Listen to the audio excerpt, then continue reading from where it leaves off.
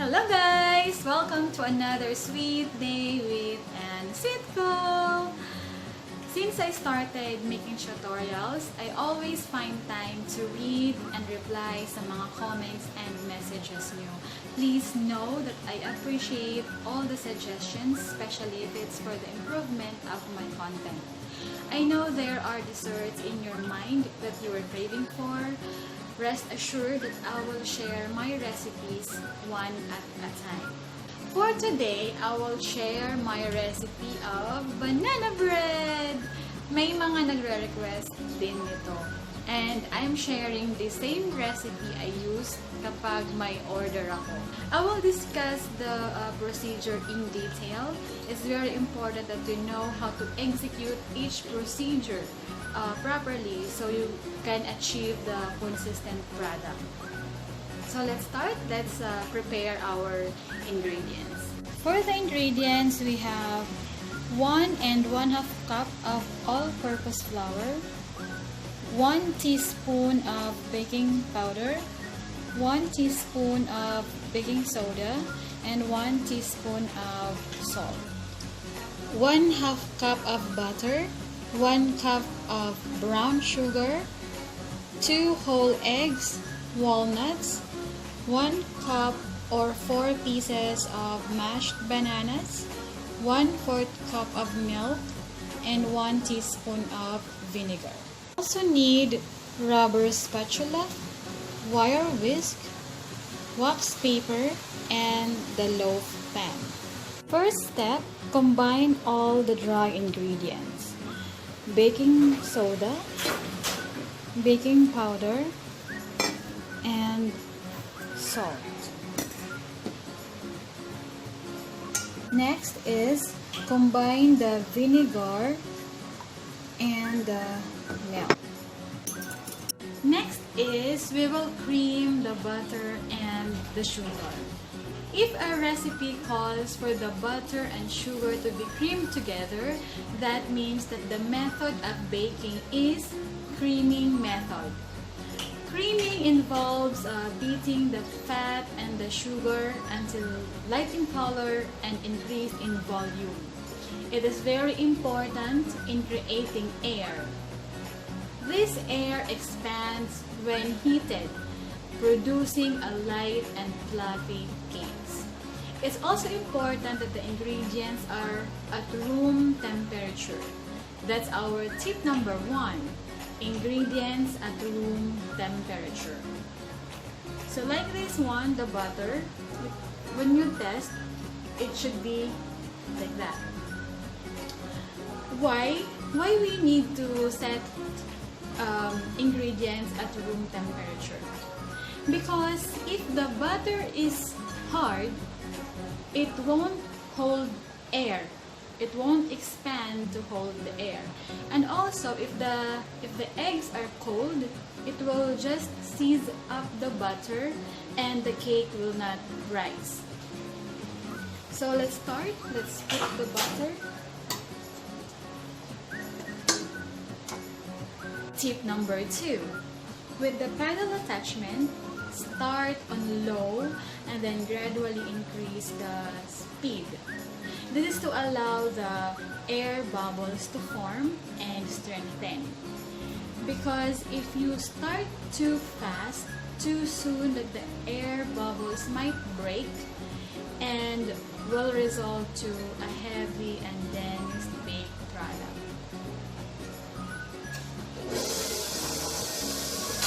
Let's add the sugar.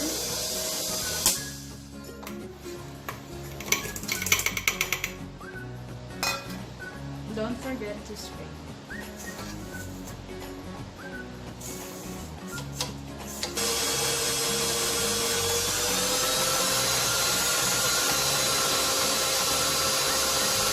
Stop beating when the mixture has doubled in volume, light and yellowish in color.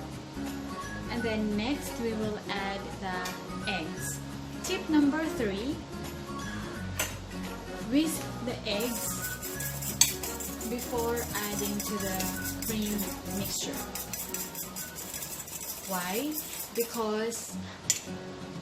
because adding the eggs directly to the mixture will cause lumps due to the chemical reaction in which the sugar reacts to the egg yolks, which is fat. Eggs are emulsifiers, so they work to combine the ingredients in the recipe. So let's add.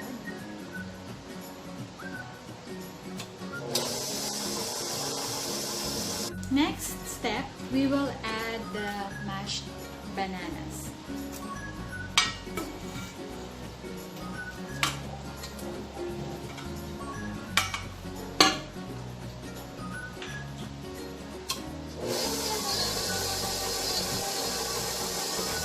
Just in low speed, just to combine the ingredients. Next step is we will add the dry and the wet ingredients. And our tip number 4, add the dry and wet ingredients alternately. Why? Because if we add the dry ingredients all at once, the mixture will be so stiff that it won't be able to incorporate the wet ingredients. So when we add this, we will start with the dry, wet, and then ends with the dry ingredients. So let's start.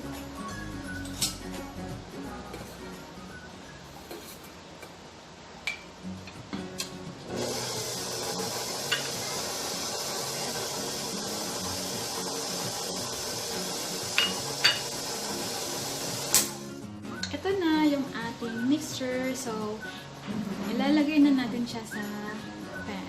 Ito na yung ating loaf pan. Nilagyan ko na siya ng parchment paper.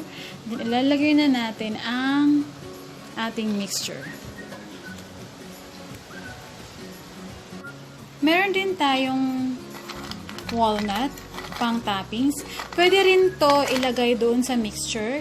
Pero ako, mas prefer ko na ilagay lang siya sa ibabaw as toppings.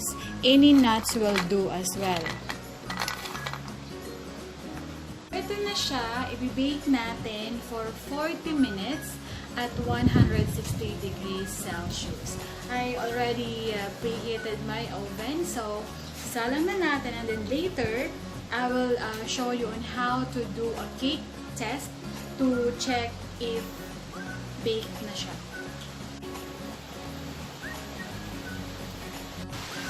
To check if baked na siya, we will do a cake test by inserting a stick in the middle of the cake, and if it comes out clean, that means we're good to go.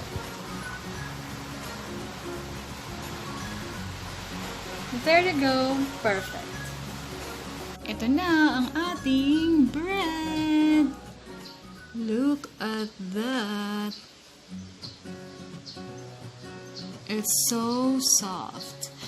Let's slice na para makain na. Wow! So, ito na ang ating banana bread.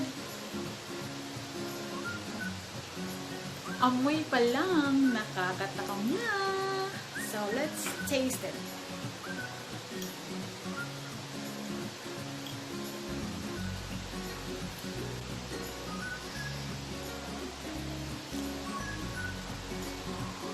Ang sarap! Soft, cakey, and sweet. Yung sweet niya from the bananas.